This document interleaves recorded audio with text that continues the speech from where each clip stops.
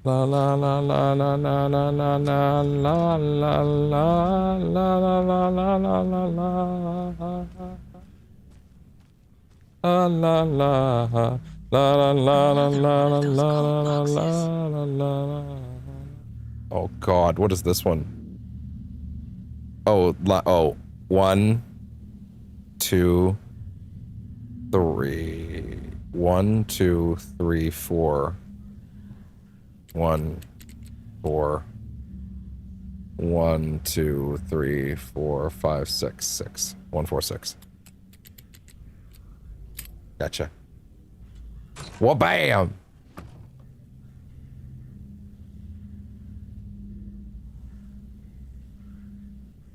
Yeah, making sure I know something real quick. There we go. Be aware of the cult of the tree. I'm gonna come back in a minute.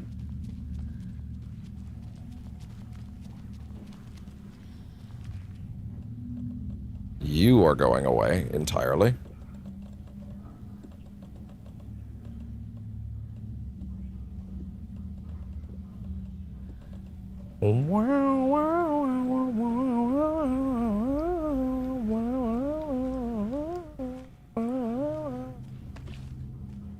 Warrior, North Paris, come retrieve my dreams. The light upon this night of otherworldly things.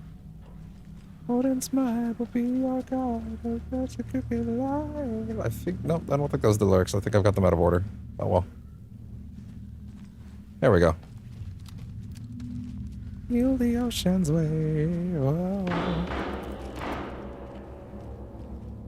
Memory and thought. Stay the fuck down! Casey! Is that you? Anderson? Hold your fire! I'm coming in.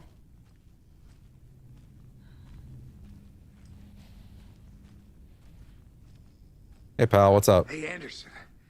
Like what I've done with the place? Could use a bit more light. Morgue light. How are you holding up? I don't remember that Give line. me that worried look, Anderson. It's a flesh wound. Gave me a chance to have a nice chat about ex-wives with Kieran. Agent Estevez, I mean. Making new friends, huh? I'm jealous. Are you sure you're okay? Yeah, I'm fine. What's the situation on your end?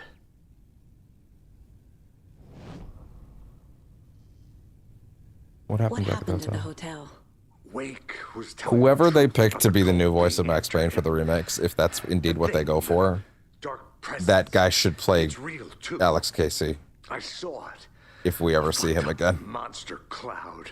I feel like that's the tried only to way to warn keep this me. bit going. It knocked me out. FBC found me in the woods later. Watery turned out to be a good lead. Found the clicker and the cult. But the horror story's changing reality. Like Wake said it would. Logan, she's, the story claims she died here. But we can stop it. Wait, Saga. What do you, Logan is gone. She has been. For a long time. Affected by the horror story, too. I'm fighting for them all now. I'm gonna fix this, Casey. You, Logan, all of it. I just need to get the power back on first. Yeah, give him hell, Anderson. Just remember, some things in life can't be fixed with a light switch. As for the power problem, here. I found a fuse on those poor bastards there. I'll take care of it. Stay put, Casey. I'll let you know when it's safe. I'm not going anywhere. There we go. Anderson, good news, bad news. You can get to the cell block now, but the shaded hostiles that were in there are on the loose. Thanks for the heads up. Great. Sounds awesome.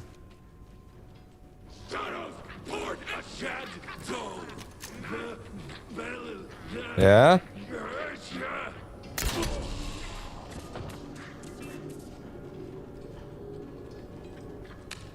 I'm sorry, did the light go out?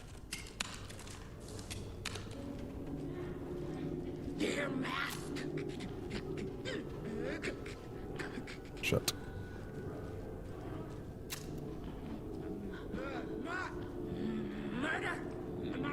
Oh, careful. What's up? What's up, B?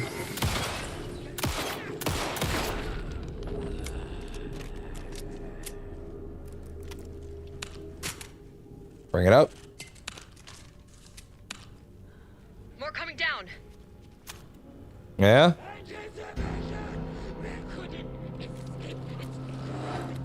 Have fun with that. Oh, okay, fair enough. They did. Not good.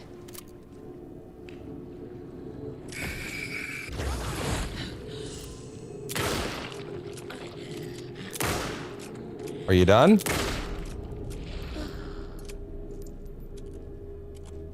Situation is under control, Estevez. There we go. Coming back up. Copy.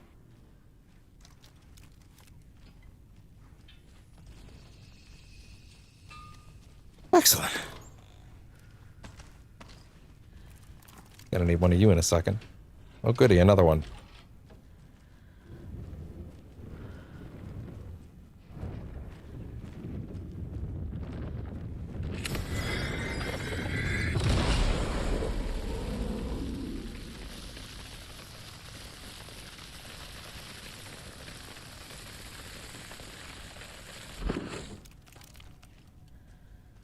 All right.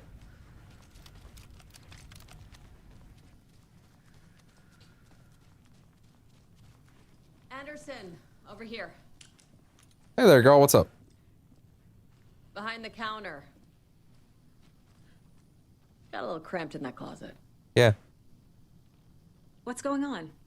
We had a hell of a time avoiding those taken. Ended up back here.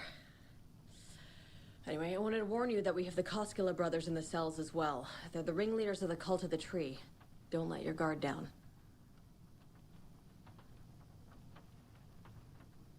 Is the FBC sending any help?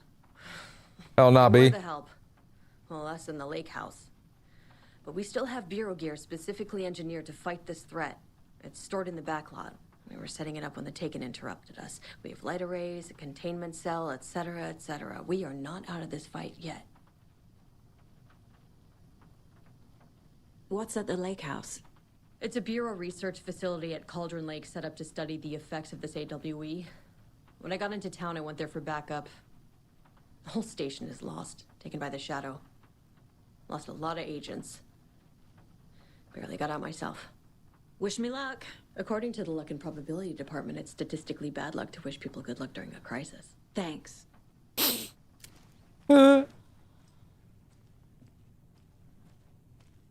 Saga. Hey, what's up? FBI, FBC, you government fucks all fucking this up for us. Let us the fuck out. You're the leaders of the cult. You're not going anywhere. Wake will ruin everything. Get rid of him, Saga. You fucking shut me. Typical government stooge. Hey. Let me out so I can kill him, that fucker! You come to our town and act like you know what you're dealing with, but you have no fucking idea! Let us out! You can't stop it, none of you can. We can take care of this. No, you can't. Preparing for this.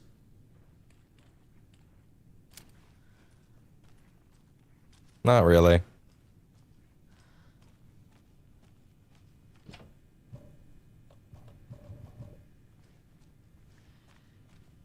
Hey, Alan, what's up? Saga, do you have it? You wrote Logan into the story. You told me yourself. From the dark place. Listen, Scratch is coming. He's close. Yeah, his face was genuinely falling apart on the PS5 version. Like, it was all sparkly and shit. What the fuck is wrong with you? Character models are where the PS5 version suffered the most. We'll fix this. I'll save everyone, but we're running out of time. I need the clicker. I have the clicker. You will fix this. You will save my daughter. Promise me. Yes, I promise. But we're out of time. Hurry!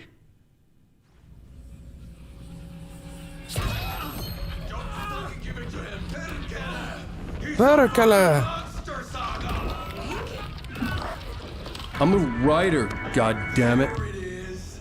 We've been waiting for you, motherfucker. I'm gonna fucking destroy you.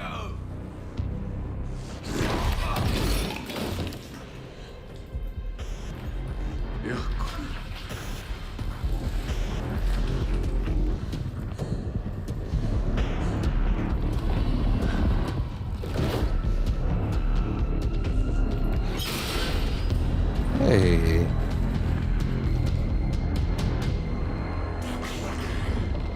Shit. It's Scratch. He was pretending to be Wake. The plan is fucked. Estevez, come in. Scratch is here. How do I stop him? Bad news. The Nope. containment unit is prepped, but the light array should affect him. There must be a way to slow him down. Yeah. Activate the lights. I can turn them on from here. Pump 'em full of lead. You need to prime the 3 power cores first. The glowing FBC generator here.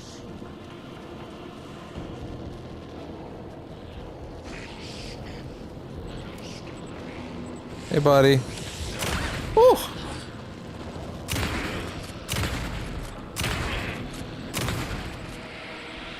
Give me a second, pal. Gotcha. Got one. 2 more to go.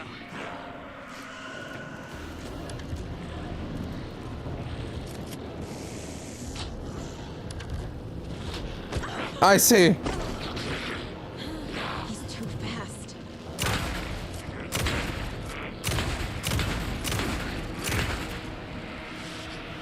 Give me a second, pal. Thank you. Another core activated. Only 1 left. Doing great. Till it goes clap.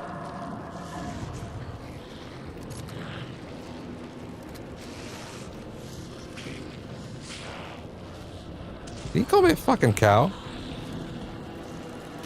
That's real rude. Oh god.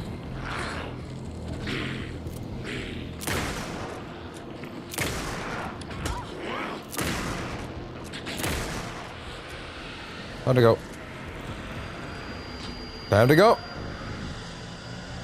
Flipper on. Call an ambulance! Call an ambulance! But not for me!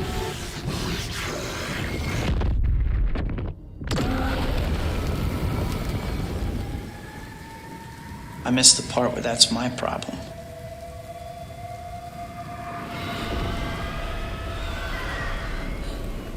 Scratch was here. He'll be back. What the fuck do we do now?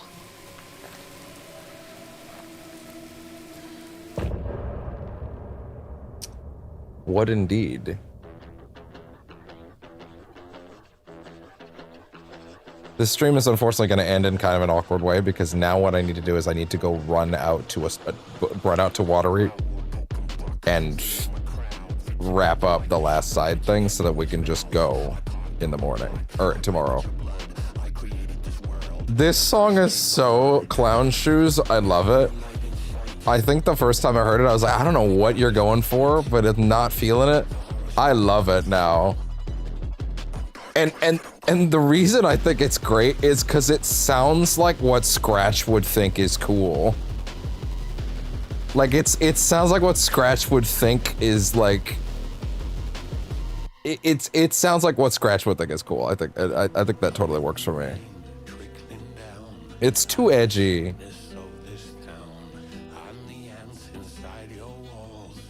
But I love it's great, yeah.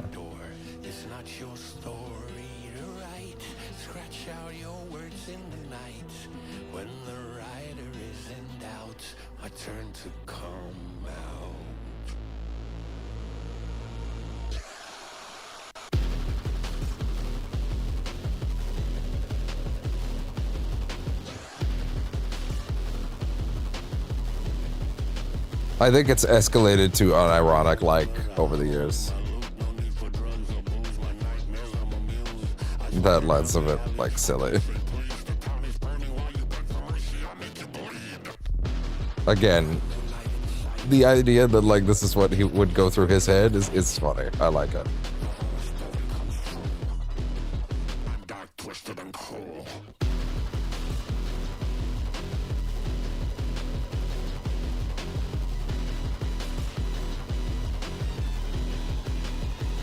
I don't remember that little flourish in the music though.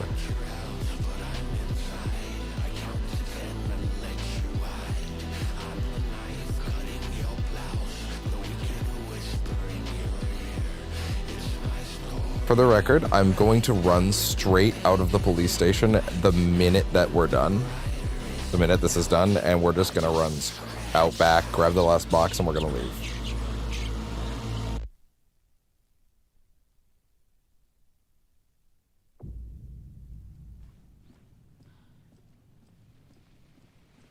Leaves.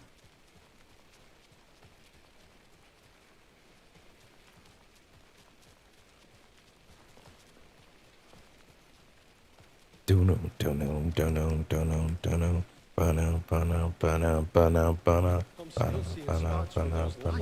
the heck was that about? Can anybody see inside? Are they still there? Every time something exciting happens in this town, I miss it. Coming through. There you go. Okay, let's go. Another cult stash? Oh god, this one. Overprivileged town hall. Folks complaining about poor TV reception. Got hopefully not due to the paint job. January 17th, took a photo with the giant mustache in the park. Great memento. Damn dog keep digging up the flowers. Park's trash can needed fresh coat of paint, added an extra layer. Tried painting the large tree in the park, but the weather was too hot. Cooled down on a bench in the sheltered area and had an epiphany. Replaced a screw on the purple bark bench.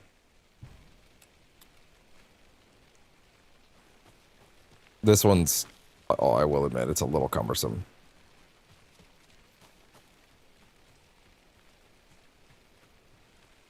No, it's not. It's not that bad. I'm just at the end of a night where I'm kind of feeling strapped for time, and also like I have too much, and my brain's going ah.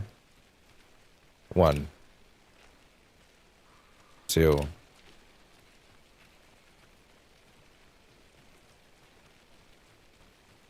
3. Gotcha. Here's my story to write down. Bono, dono, dono, dono, dono, no, no, no, no, no, no, no, no, no, no, no, no, bana, bana, bana, bana, bana.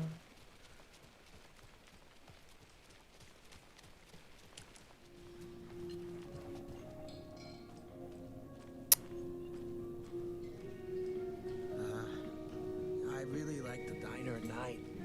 It's so quiet and peaceful. At least usually. I know what you mean.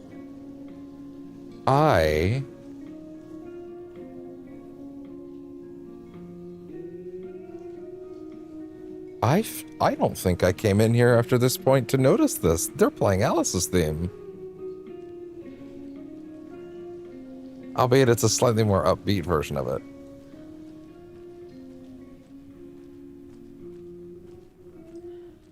That's a great touch. Oh my god, wow. I should have done in here and came to do this a while ago, honestly. Just one of those easy to forget things. Structurally, it's just a little, comes in at a weird moment because you get the screwdriver at a weird time. But anyway. Here is Rose's room. Dear Diary, Alan contacted me again today. There was a message hit for me hidden in the newspaper. I wanted to make sure I was ready for his arrival. What a silly thing to even ask. Of course I'm ready. Duh, Alan. Oh, and Norman got into the dried apricots at work again. I swear we'll have to fumigate the place. Dear Diary, some guy at the diner got mad that I brought him a piece of cherry pie and demanded a free piece of apple, but he totally ordered cherry. And then I pointed out that he already took like 2 bites of the cherry. He said he thought it was apple, and apple pie and cherry pie do not look the same. I told him he could order another piece and he'd have to pay for it. But he got so mad and started screaming about leaving a bad review. Like I care about reviews. Anyway, I took away his pie and told him babies shouldn't be eating sweets. He shouted a bit, then left.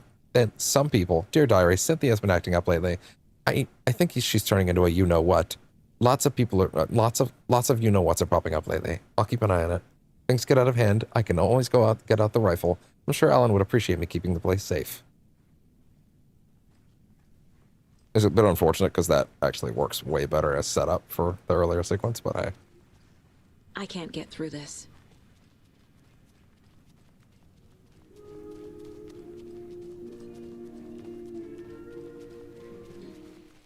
all right.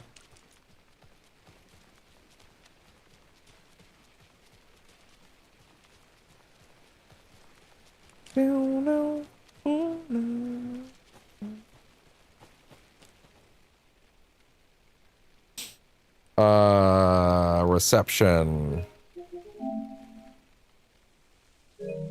Got that. 3 up. Mirrored, and then up, up. Up, up, down, down.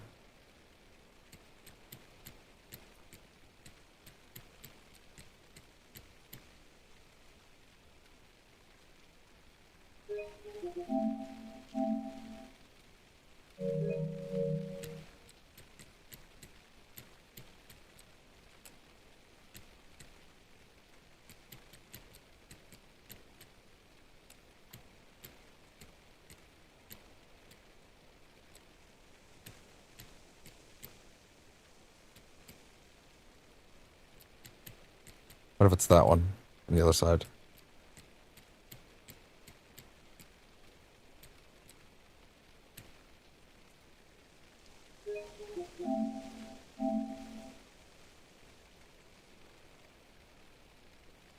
Up.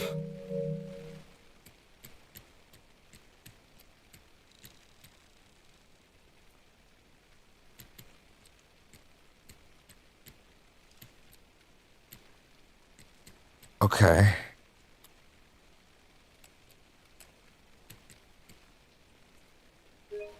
Unless it's the opposite.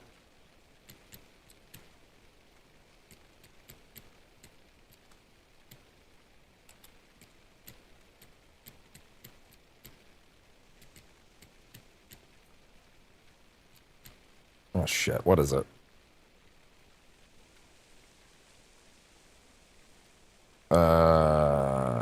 That's right. That's one, right?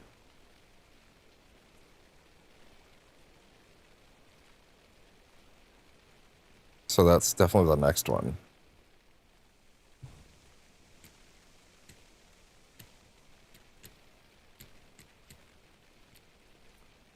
What's that first one? Sorry?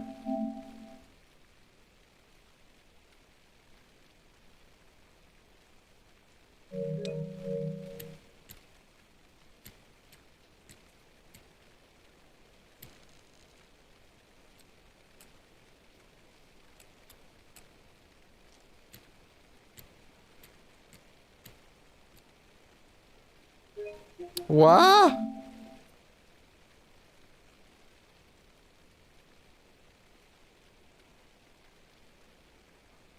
All right.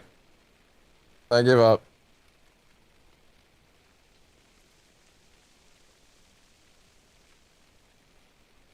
I give up. No. Dashes.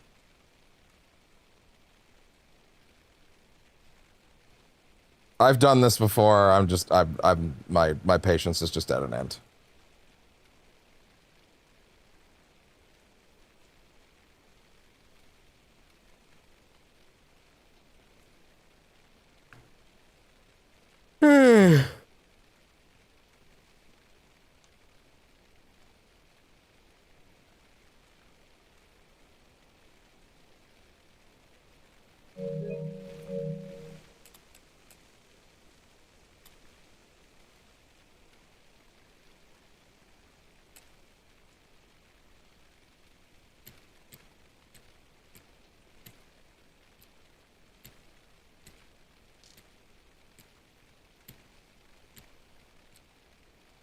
What?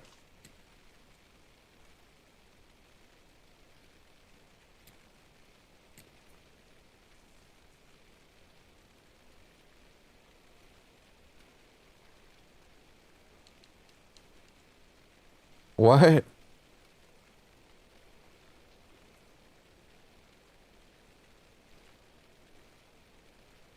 Two adjacent triangles. Vertices facing up.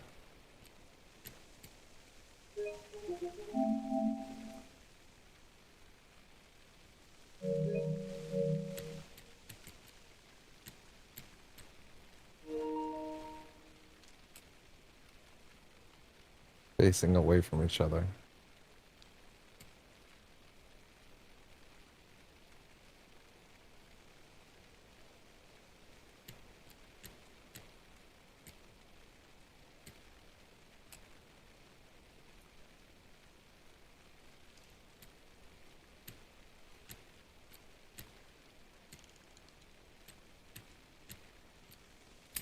Motherfucker.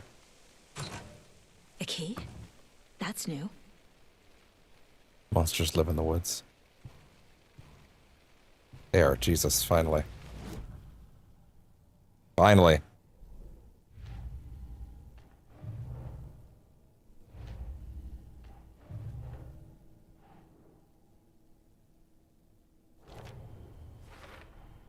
The dark presence is vulnerable against bright light. The NPC brought powerful light arrays At to least subdue that the makes taken. sense.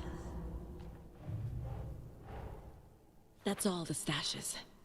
These people were well prepared.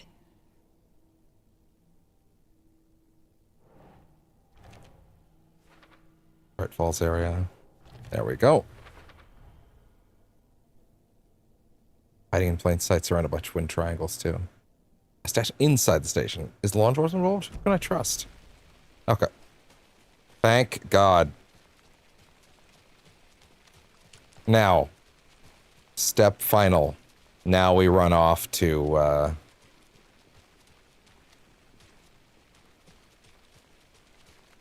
Oh, you know what? Actually. Better idea. We run, yeah, we run off to the lighthouse, but how about this? Instead of that, watch the trailer and I'll be back.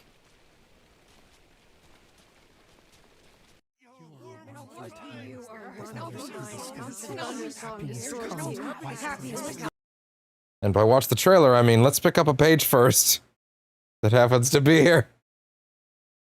And then watch the trailer after that as I walk over.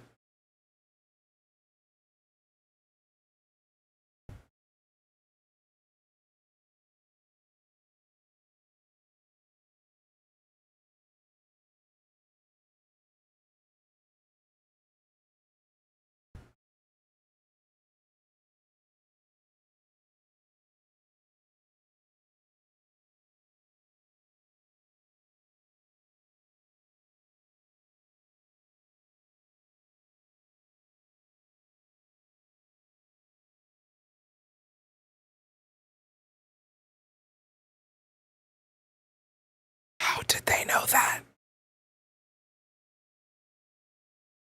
Cut out the monster's heart. Sorry. Push the switch into the hole. I just realized that I turned off the game audio for a minute so that you could listen to the trailer and then immediately went to do. Oh my god. Fucked up horror lurking. All right, anyway. And a plan to keep those feds in their bunker by the lake in the dark. Outsiders would only screw things up. The Koskala sabotaged the FPC's monitoring station and rigged it to alert them when something was brewing at the lake. One time, months later, when I'm gonna put rang, these on charge. they drove to the lake again, ready for a fight. But this time, And they that didn't will be find enough any time. monsters. Something else washed ashore. The light switch. They'd read how Wake had stopped Jagger with it in the stolen files.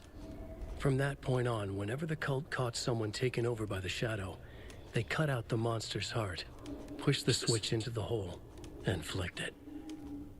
Okay. Now that that's done, I'm gonna run over to the place in question. And you'll watch the trailer, and when it's over, we'll be there. So, see you soon.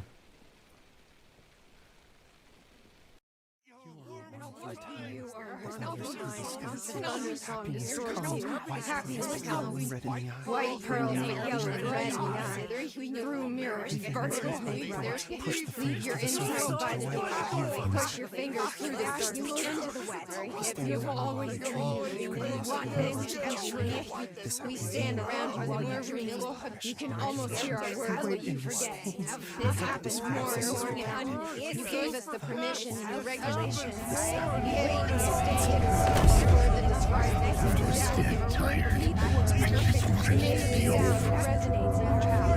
Going all through life. I had this dark place in my head for so long. Sometimes I forget the pain was there. Like it was the way you were supposed to feel. I was not in a dark place. Number one killer's time. It doesn't resolve. Force it all. The best. Time book. A glowing fragile.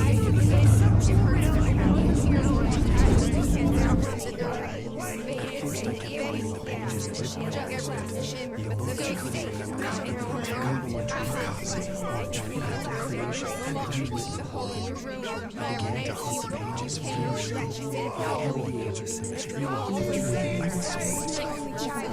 I could spend hours. Alice had tried to explain to me how it felt to be a part of the dog. For her, things changed before. They turned into something else, and nothing was safe. I'd never really understood what she wanted until now.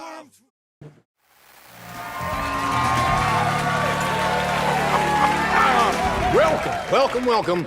Our guest tonight is Alan Wake. This time he wanted to do something a little different. A deep dive into who he is as an artist and as a man. Where he comes from, where he draws his inspiration, what demons he wrestles with in the dark hours of the night.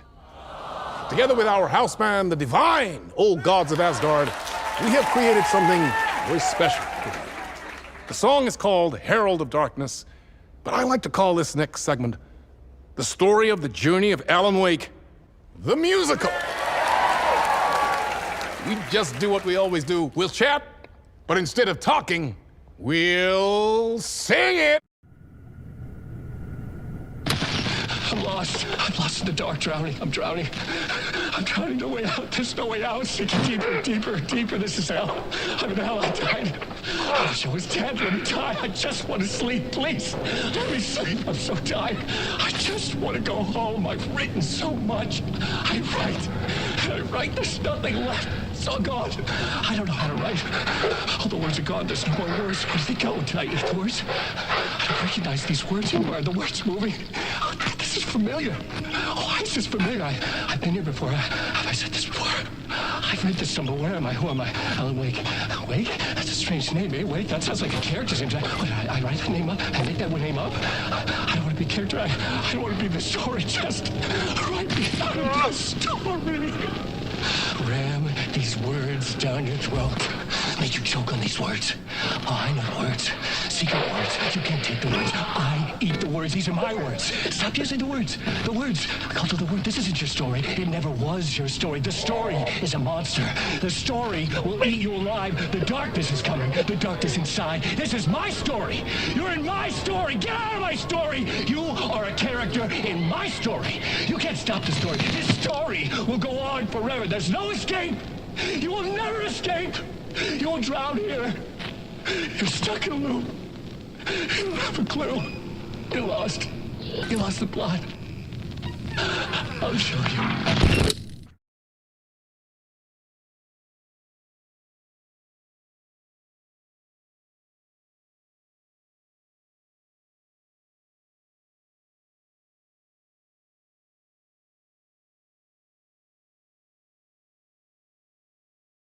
I'm a writer, goddammit. Such a dark place, am I trapped in here? Is this real? I cannot remember. There was a manuscript, it held a key. A vicious cycle I must not surrender to. Echo scenes to seek out again and again until I figure it out to bring this song to its end.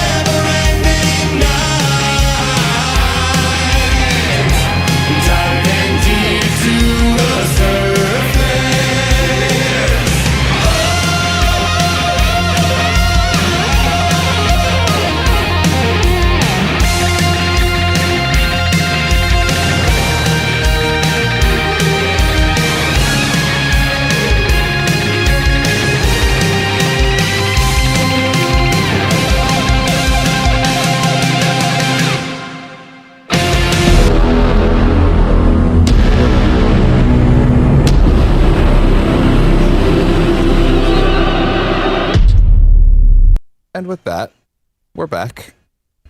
We are outside the lighthouse. All right. Now, for the record, I'm pretty much gonna just kill the stream right after this. I'm gonna run back either off camera or while I'm doing my preamble. Or my... It's not really a preamble anymore, is it? Thank you. Hey there, the last line of our wonderful little inventory. The cult of the tree is born. Let's go ahead and pick up everything in here before we do anything else.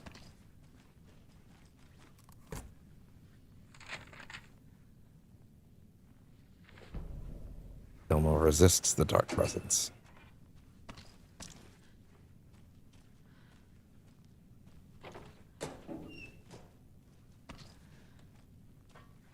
I appreciate they give you the last inventory row in this room so that you don't have to fucking worry about, like, getting shifted around and shit.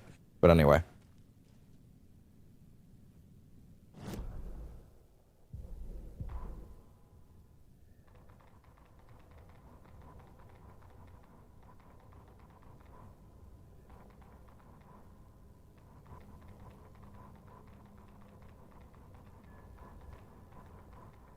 They're too old to fight monsters. The torchbearers are done. We need something new. Ilmo took a long drag from the joint and handed it to his brother. They've been drinking and smoking all night. A great time to come up with cult nonsense. Was not a man, and the government's trying to hide it. Ilmo gestured at the files they had stolen from the research station. The strange seal with an upside-down pyramid. The Federal Bureau of Control. We need to keep the feds away. Yeah. It is our way. We need an army of our own. Yako smiled. He loved to watch his brother come up with his ideas. Ilmo's gaze swam. He was seeing double. The pyramid on the folder was a spruce tree. A tree, he thought. A fucking tree. He thought. It was a sign. We'll make the woods scary again. So fucking scary, no one will set foot in them at night. That's how we'll keep people safe. We'll be a legend. We are the cult of the tree, and we watch in the night. We're gonna need scary masks. Energized, Yako chugged a bottle of Ama beer in one go. Ilmo resists the dark presence. Ilmo Koskela jolted awake from a I mean, funny enough, it is actually a really good plan. In the dream, he'd been covered in blood, gleefully murdering people, his friends. When his twin brother had tried to talk sense into him, he had murdered Yako as well. Ilmo slammed his fist into his temple so hard it hurt. The dream made him feel sick. The dark force of the lake Sorry, say that again. Stronger. It was... Wait, read that again. Ilmo Koskela jolted awake from a nightmare. He was drenched in sweat. In the dream, he'd been covered in blood, gleefully murdering people, his friends. When his twin brother had tried to talk sense into him, he had murdered Yako as well. Ilmo slammed his fist into his temple so hard it hurt. The dream made him feel sick. The dark force of the lake was growing stronger. Ilmari Huatari. It was trying to make Ilmo and Yako something they were not. Yeah. Trying to turn them into Ilmari and Yakopi Huatari from the early days of Watery. Yeah. But they were the Koskela brothers. Never. Their mother had not raised them to become murderers. They had backbone. They had honor. They had finished Sisu. Sisu. Something bad was coming. The hidden device they had hooked to the FBC It station. is kind of better when you do this after talking to them, to be honest, but hey, anyway. Ilmo would make sure his cult was ready for war. Out in the night, the story seeking to give birth to an overlap in Watery drifted on, looking for another pair of men more prone to corruption. Another pair of men more prone to corruption, aka Mulligan and Thornton. This So, has got to be an Ilmo idea. Ilmo's big idea. Generators. Mirrors draws light from the main light thing. Satellite dish, shadow monster, light ray 3000. So Ilmo's big plan is he wants to turn the fucking lighthouse into a death ray for Taken.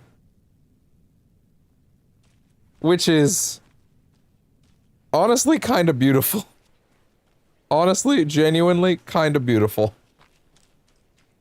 He's a better boy than he lets on. Which makes me sad, because Yako is now gone. But anyway, Man, I never really noticed how nice that looks in the distance. Anyway, with that, that is going to be where we call this session of Alan Wake 2. Tomorrow, when we pick back up and finish this out, we will be starting the Lake House after a little bit of putting some investigational stuff together. The Lake House is integrated into the main campaign right around after here. It is awesome. I love it to death. It is so good. It is fantastic. I love it.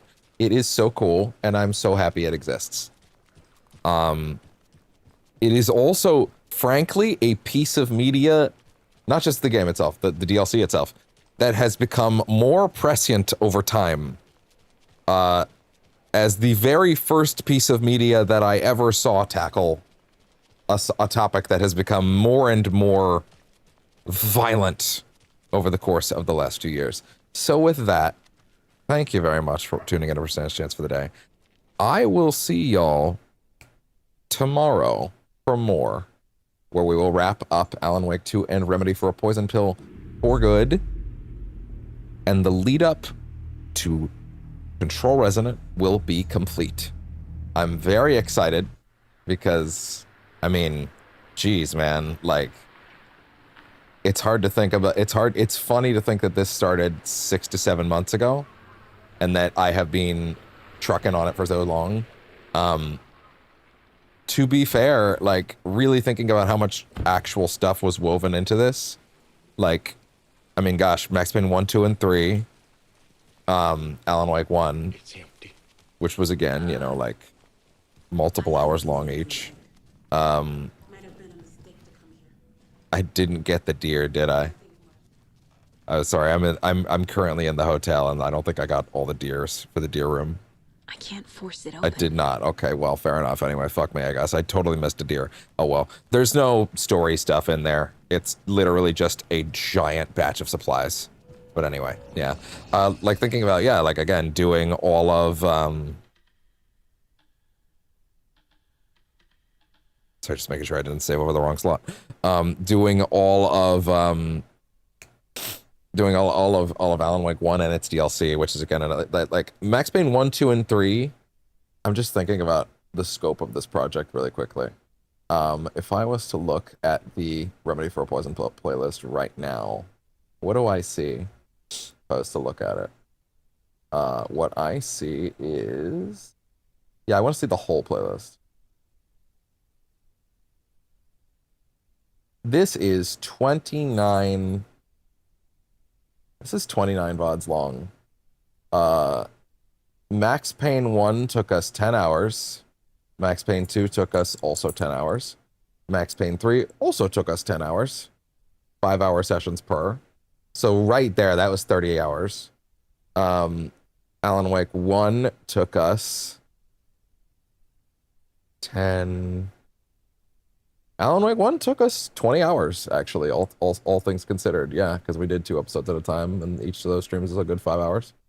So that's already 50 hours. Then Alan Wake's American Nightmare was another 6.5, so that's like, you know, 36 hours-ish. No, that's like 56. Then Quantum Break took us, let's see. Wow, it was 3.5. Then it was 4. That's like 65. Then another 5. Then so 70. Then another 8 hours. So it was roughly 68 hours after Quantum Break. Then Control took us what? Control was like all considered. It was 7 sessions, and that was another 6 hours, another 5 hours. So like 86 again, so that's like 92-ish. Then it was, let's see, 4 plus 7, or like 104 hours. Then the Alan Wake crossover DLC with Control was another, roughly. So then it's like 112. Roughly, I think. And then this game has been, let's see, 5, plus that's 100 and, yeah, like 112 for control. Then it's another 5. Then another, wow.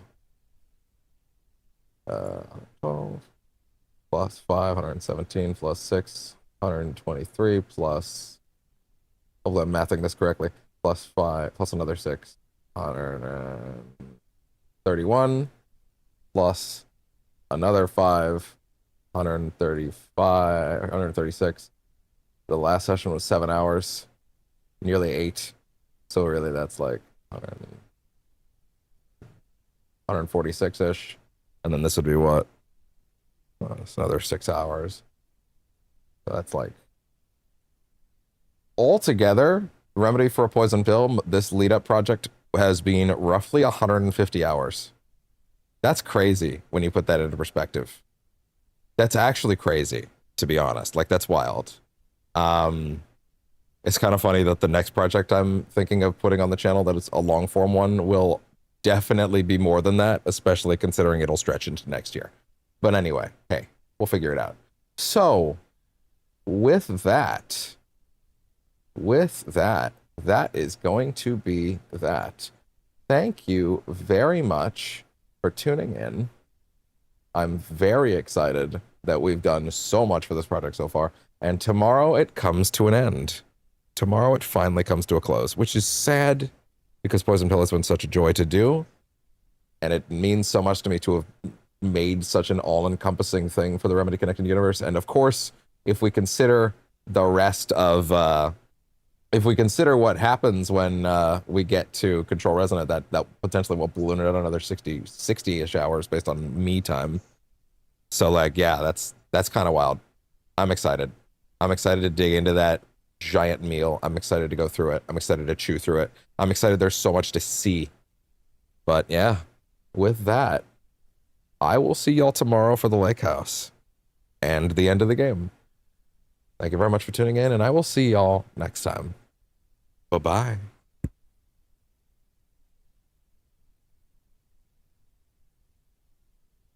I'm a writer, goddammit.